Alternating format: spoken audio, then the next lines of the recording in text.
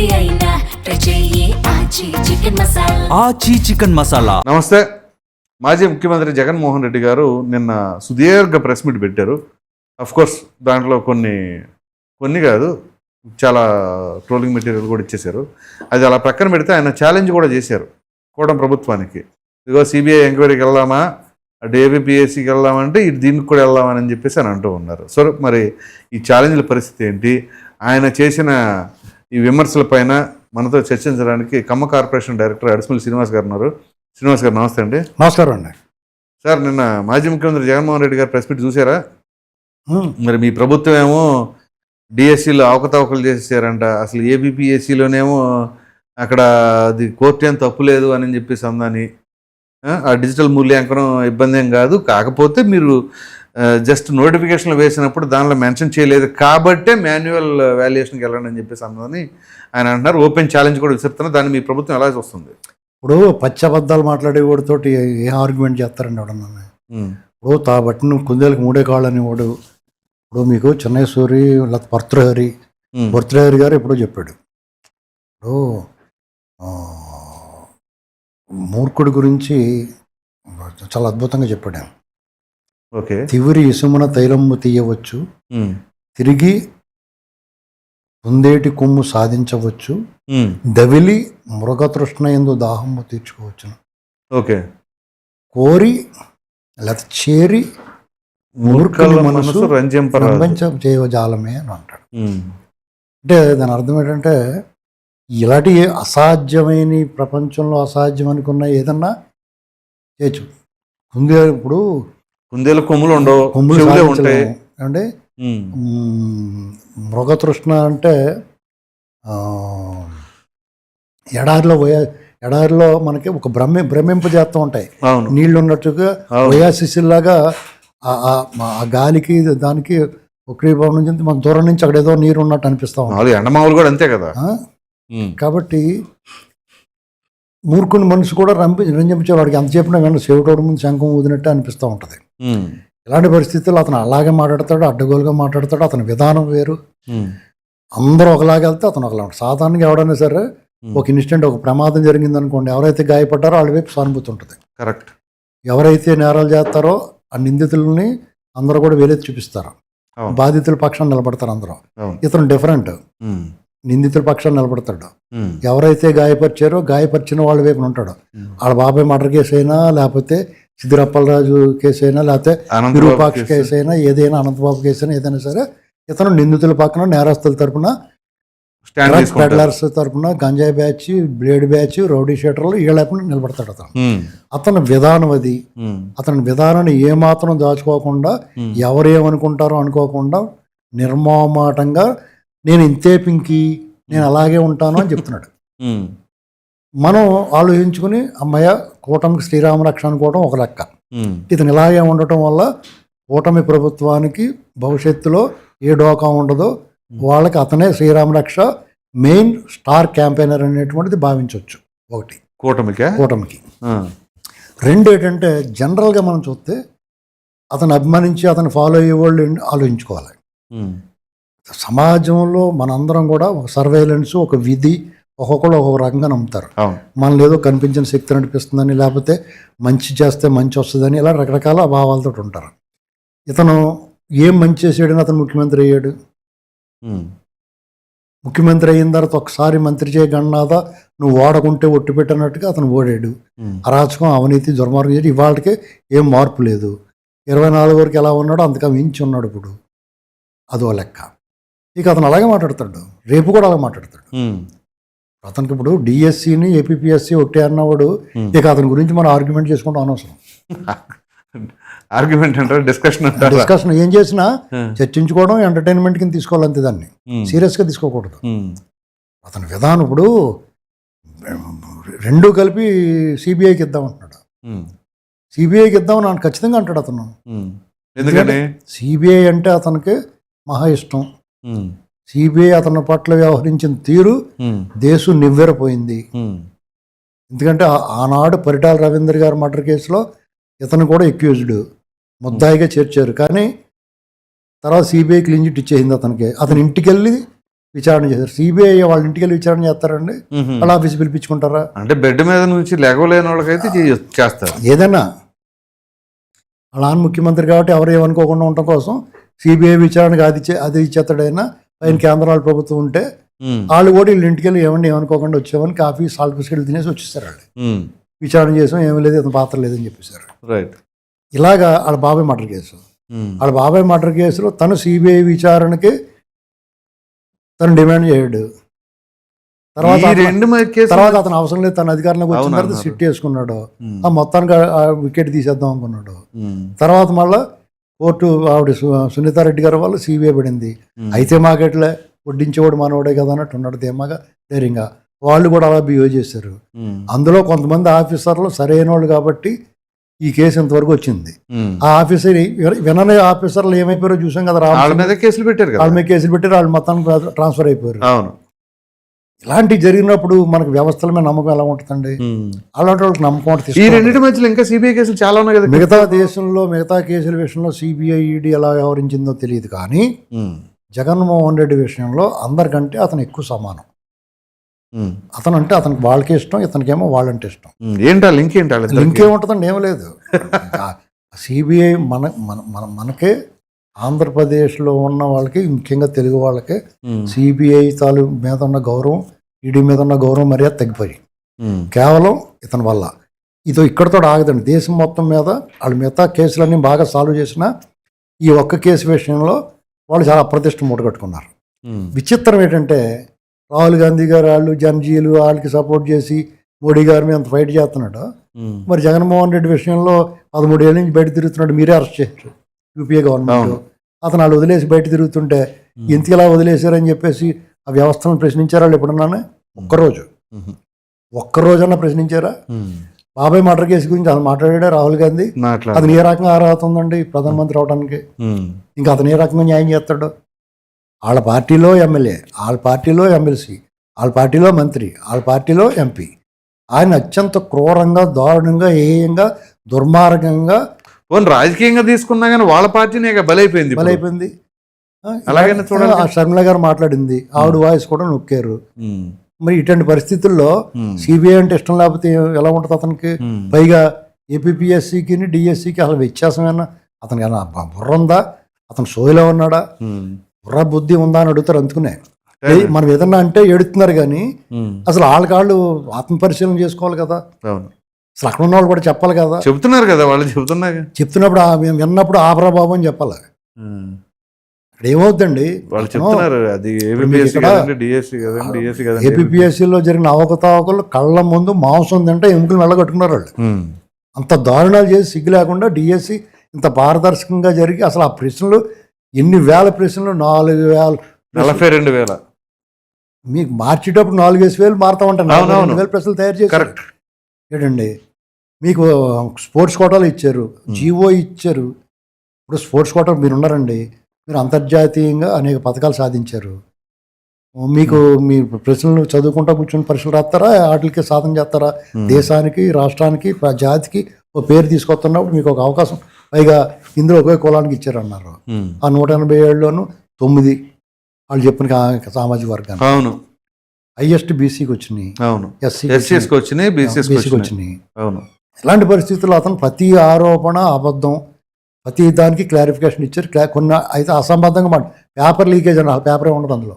ఆయన కూడా GO number 74 అని చెప్పేసి ఆగస్టు 9, 2019 ఆయన అధికారంలో ఉండగా ఇచ్చారు. స్పోర్ట్స్ కోటాలో అప్పుడు ఉద్యోగాలు కూడా. ఇంకోటి ఏంటంటే ఇక్కడ జగన్మోహన్ రెడ్డి నువ్వు టీఎస్సీ జోలికి వెళ్ళకూడదు. నువ్వు దాన్ని ఎదుర్కోలేనప్పుడు, సభలోకి వచ్చి ఎదుర్కోలేని సబ్జెక్ట్ మీద నువ్వు వెళ్ళకూడదు. ప్రజల్లో అబద్ధాలు చెప్పి మనం నెగ్గుకు రావచ్చు అని ఎన్నాళ్ళు నువ్వు అలా చెప్పబట్టే కదా ఓడిపోయావు. నువ్వు పైగా ప్రతిపక్షంలో ఉండి అబద్ధాలు మాట్లాడితే వాళ్ళు చాలా సమర్థవంతంగా తిప్పికొడుతున్నారు, నేను వెక్కిరిస్తున్నారు. కరెక్ట్. ఇప్పుడు అదేదో పాపులారిటీ మనం జనం నోళ్ళలో నానుతున్నాం అనుకుంటే, మంచివాడిగా నోళ్ళలో నానితే మంచి బాగుంటుంది, కానీ సన్నాసి అనిపించుకుని పనికిమాలినోడిగా నోళ్ళలో నానితే ఎందుకు పని చేయడం దద్దమ్మ అనిపించుకుంటే దానివల్ల ఏమొస్తుంది? ఇప్పుడు నేను సానుభూతి చూపించి అతని ఫాలోవర్స్ మీద. ఇప్పుడు మా నాయకుడు ఉన్నాడు చంద్రబాబు నాయుడు గారు, ఒక లెజెండరీ పొలిటీషియన్ చెప్పుకుంటాం, ఒక విజనరీ అని చెప్పుకుంటాం. హైదరాబాద్లో గర్వంగా చెప్పుకుంటారు మీరు? తెలంగాణ ఉమ్మడి రాష్ట్రంలో 3వ నగరాన్ని సైబరాబాద్ నిర్మించడం గర్వంగా చెప్పుకుంటాం. ఇవాళ ఆ గచ్చిపోలి అవుటర్ రింగ్ రోడ్ అవతల యువతల తిరుగుతుంటే కోకాపేట కానీ ఇది అంతాడికి ఓ బీజం వేసినోడు చంద్రబాబు నాయుడు మన లీడర్ అనుకుంటాం. తెలుగుదేశం పార్టీ అంటే ఒక ఆదర్శ. ఇప్పుడు డిఎస్సీలు దాదాపు 180,000 మందికి ఉద్యోగాలు కేవలం టీడీపీ అయ్యంలోనే హైయెస్ట్ డిఎస్సీ లేదు. అవునవును, ఆ విషయం తెలుసు నాకు. డిఎస్సీ అంటే టీడీపీ, టీడీపీ అంటే డిఎస్సీ. వాళ్ళు లోకేష్ గారు పాదయాత్ర చేస్తున్నప్పుడు అనేక మంది నిరుద్యోగులు వాళ్ళ సమస్యలు, నిరుద్యోగ సమస్యలు తీవ్రంగా గమనించాడు. అందుకని రాగానే మెగా డీసీ వేసాడు. అనుకున్నది అనుకున్నట్టు ఇదంతా కూడా ఒక 6-7 నెలల వ్యవధిలో క్లియర్ చేసి పాడేసాడు. జరిగిపోయింది. ఇప్పుడు మళ్ళీ ఇంకో డిఎస్సీకి రెడీ అయిపోయాను.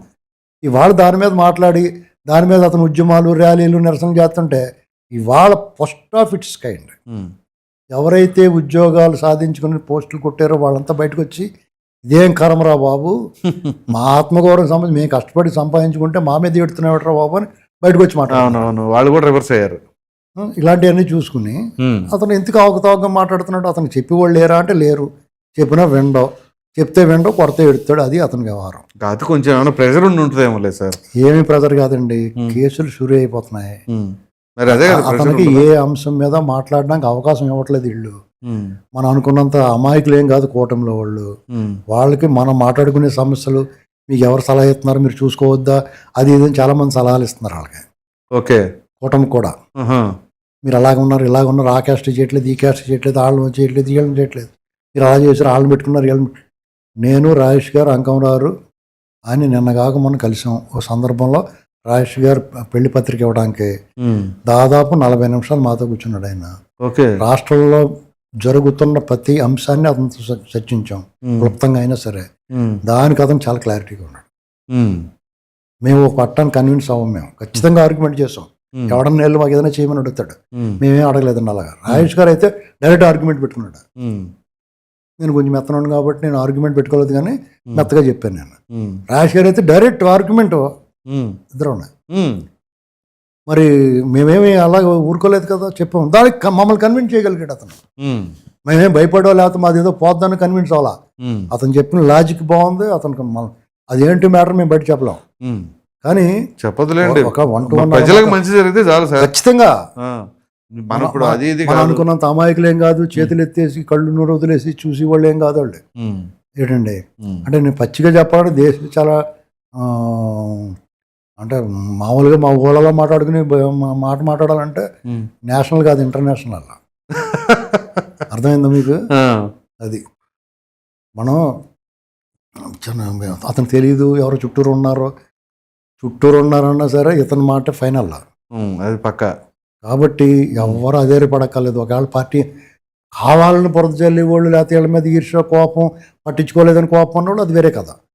ఒకవేళ పార్టీ ఏమైపోద్దో, రేపు అధికారంలోకి వస్తాం రామో, ఇది ఎలాగుంటే రేపు ఏమైపోద్ది, జగన్ ఏం చేయట్లేదు, లేకపోతే వాళ్ళని ఏం చేయట్లేదు అనుకున్న వాళ్ళందరికీ క్లారిటీ ఏంటంటే డోంట్ వర్రీ, ఇది మాత్రం చెప్పగలను నేను. ముందు ఎవరిని విడిచిపెట్టండి, అది మాత్రం క్లారిటీ, రైట్, స్పష్టమైన క్లారిటీ ఇస్తుంది.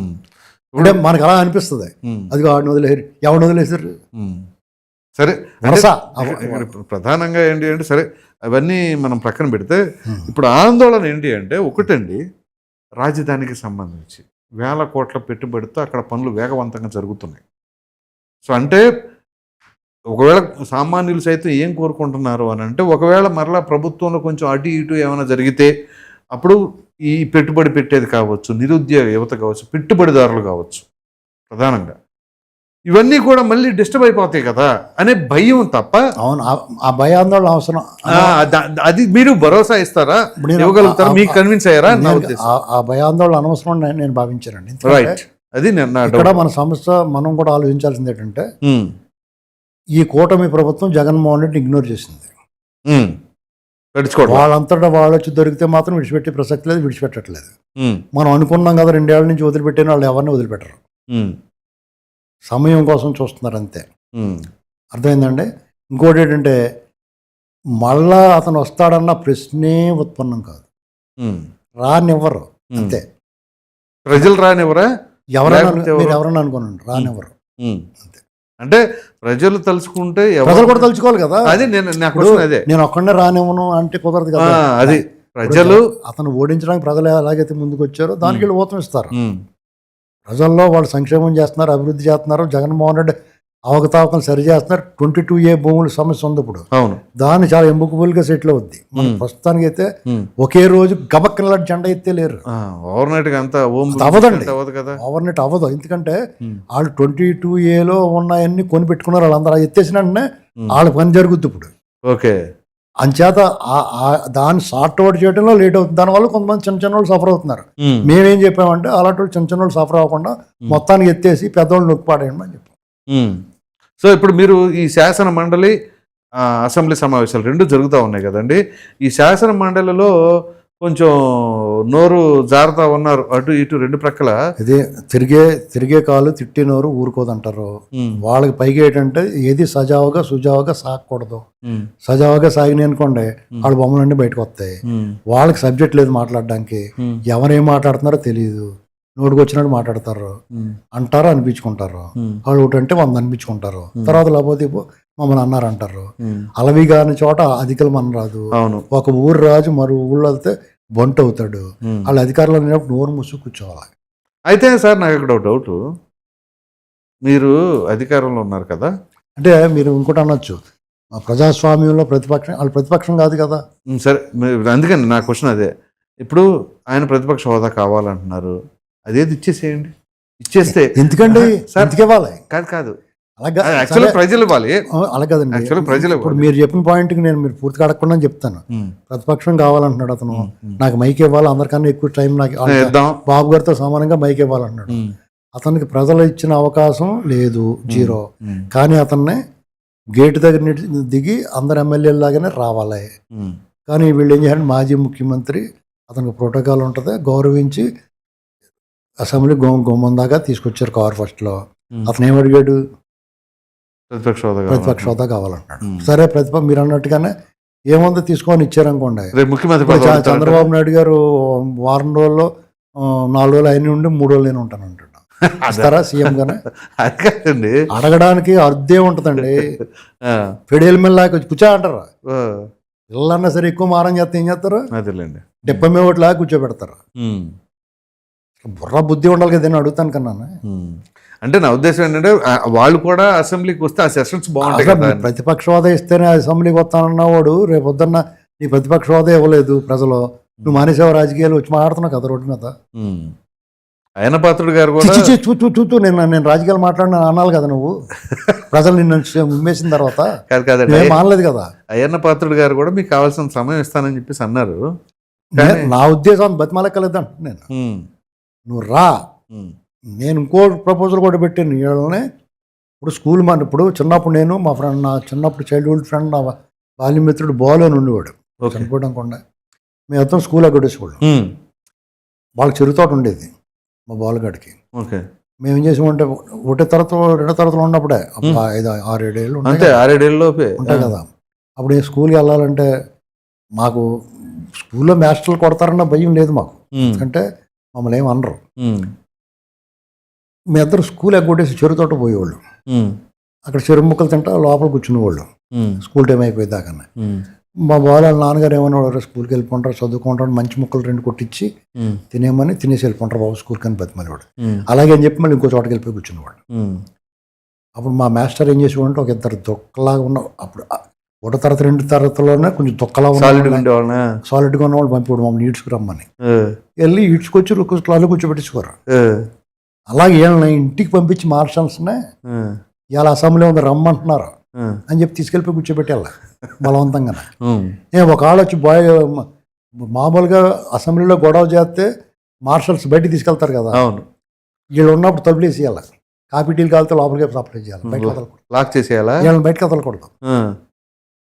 అలా అంత కఠినంగా ఉండాలి. ఎందుకంటే మీరు ప్రజాస్వామ్యం, ప్రజాప్రతినిధిగా మీ 11 నియోజకవర్గాల ప్రజలకు మీ తరపున మీరేమి సాధిస్తున్నారు, ఏం మాట్లాడుతున్నారు? మీ బాధ్యత కూడా ప్రభుత్వం తీసుకుంది ఇప్పుడు. రైట్, అవును. మీకు సిగ్గుండాలి కదా. మీ బాధ్యతలు మీరు నెరవేర్చుకుంటూ హక్కుల గురించి మాట్లాడతావు. నీ బాధ్యత నెరవేర్చుకుంటూ నీ హక్కుల గురించి ఎలా మాట్లాడతావు? ఈ దేశం మాకేమి ఇచ్చింది అంటున్నారు ప్రతి ఒడు. నువ్వు దేశం నువ్వేమి ఇచ్చావని అడుగుతారు కొంతమంది. నీ హక్కులతో పాటు బాధ్యతలు ఉంటాయి. అవును, నీ ప్రాథమిక హక్కులు ఎలా ఉన్నాయో నీ ప్రధానంగా నీ బాధ్యతలు కొన్ని ఉంటాయి. బాధ్యతలు నిర్వర్తించి అప్పుడు హక్కుల గురించి మాట్లాడాలి. అంతేగాని నీ ఇష్టమైనట్టు. ఉమ్. కాబట్టి దాన్ని అసలు మనం కన్సిడర్ చేయకూడదండి. సో పిచ్చోళ్ళ చూడాలా. సో ఫైనల్గా ఈ ఇయర్ ఎండింగ్లో ఏ విధంగా ఉండబోతుంది అంటున్నారు?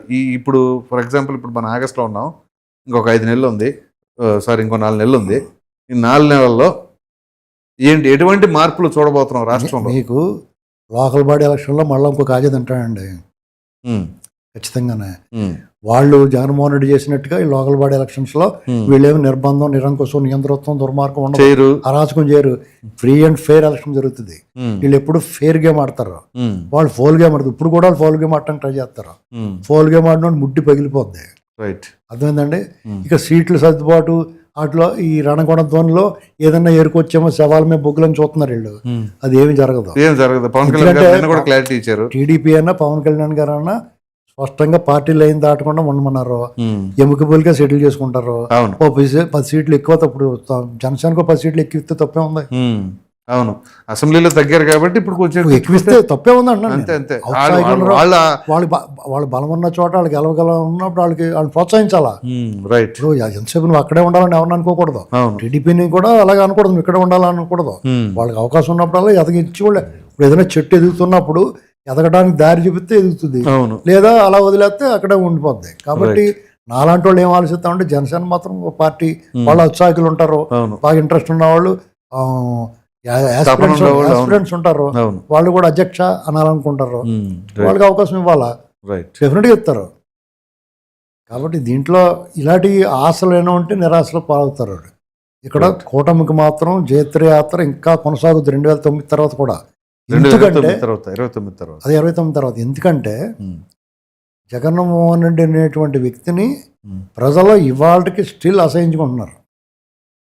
ఈ ప్రభుత్వం ఏదైనా కోపం ఉందంటే ప్రభుత్వం పరిపాలనలో ఉన్న అవకతవకల మీద కంటే అవకతవకల మీద 10% కోపం ఉంటే 90% జగన్మోహన్ రెడ్డి గ్యాంగ్ని ఏం చేయలేదన్న కోపమే ఉంది. దాన్ని బట్టి మీకు 2024కి ఇవాళకి జగన్మోహన్ రెడ్డి తాలూకు గ్రాఫ్ ఏమీ వ్యత్యాసం లేదు, తేడా లేదు, ఇంకా దిగజారింది. Right sir, thank you.